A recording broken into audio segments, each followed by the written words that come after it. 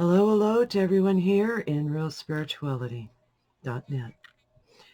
Father would have me do something very different today. The spirit of a man is as a candle to him.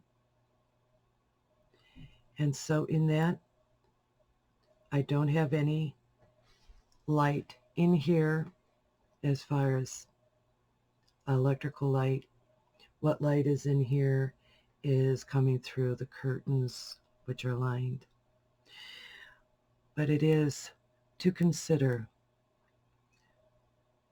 the spirit of a man as a candle before the Lord. And it stands to reason that as we get closer to the Father of lights, that our light would become stronger. And I'll have to bring this over somehow. Bear with me for a minute. What he would have me... Oh.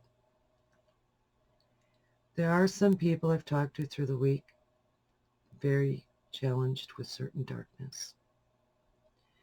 And so it is to encourage others not to let that darkness, oh, that one doesn't want light, to not let the darkness snuff out your light, but to let your light shine. I'll bring this in front of the camera so you can see it. I'm being challenged here on lighting these. You know, from the beginning, he said, let there be light. And then there was. And so in that, it's interesting what he'd have me bring up, because this week, this past weekend, I was in a round table with others that I have not done before. And it was very interesting how it was conducted and what was not allowed to be spoken. And in that was spiritual experiences. And to even hear, oh, it went out. To even hear his voice. Okay. Hopefully you'll be able to see this. I'm moving it over. I have a wall of candles. Don't need to start my hair on fire. That'd be awful. But it stands to reason. Here we go. The closer we get to the Father of lights, the brighter our own light becomes.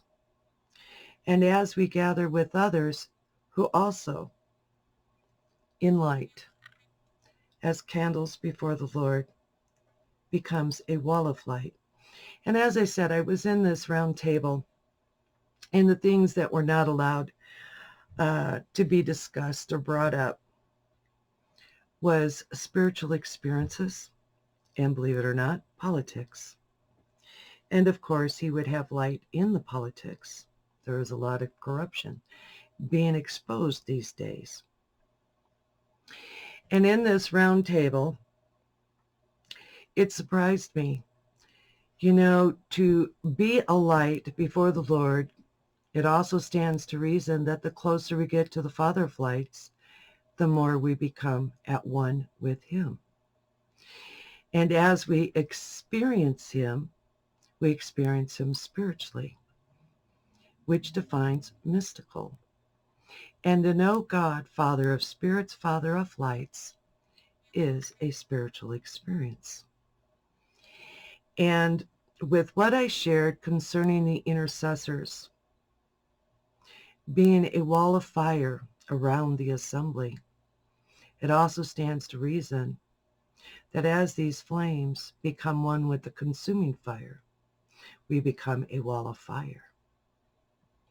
Concerning the religious, because of what was in the middle of the assembly, and the consuming fire cleaned it out.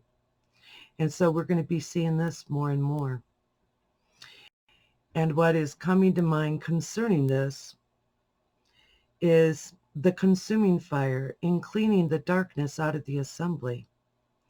And of course, the assembly, not knowing, would want to bring in the darkness. This one is not wanting to do, and I was hoping it would light. the principles of light. When we consider we go into a dark room, when we are in a dark room, our eyes adjust to the dark. But when the light comes on, it's natural to want to shield our eyes until we adjust to the light. And so it is to bring to mind the religious leaders during the time of Jesus.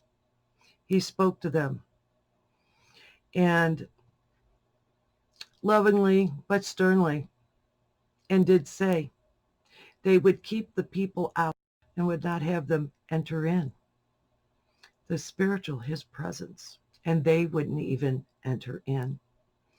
And so it is to bring to light different things as his greatness comes in and phases in, and in the brightness of his light, to adjust ourselves to adapt to more light.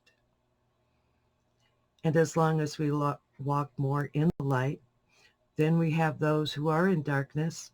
They want to shield their eyes. And Jesus did say, those who are in darkness hate the light. They don't want their works to be uncovered. They don't want their works to be revealed and reproved because they are in darkness. I had something that happened to me some years ago, trying not to blow out the candles here with my breath. But there was something that happened to me some years ago with someone, a loved one, but he was being out of line and was trying to justify some ill behavior. And I let him know it was inappropriate.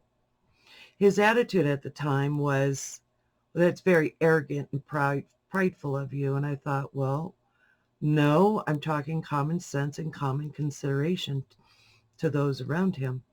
But in that, I let him know, because he is spiritual minded, I let him know I was not going to back away from the light so he could be more comfortable in his own darkness.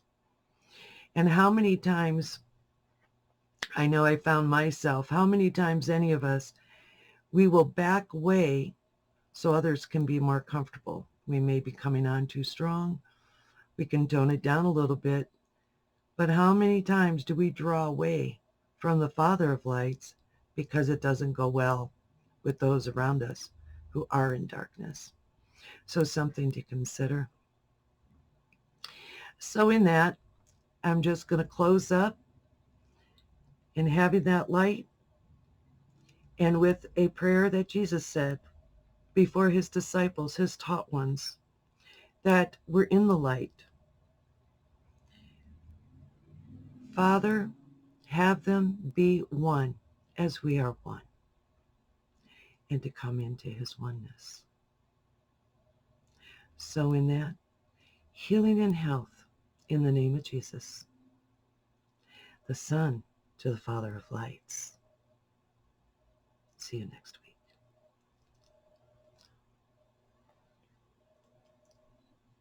This is a challenge to do this. Let me see how I can do this. See you next week.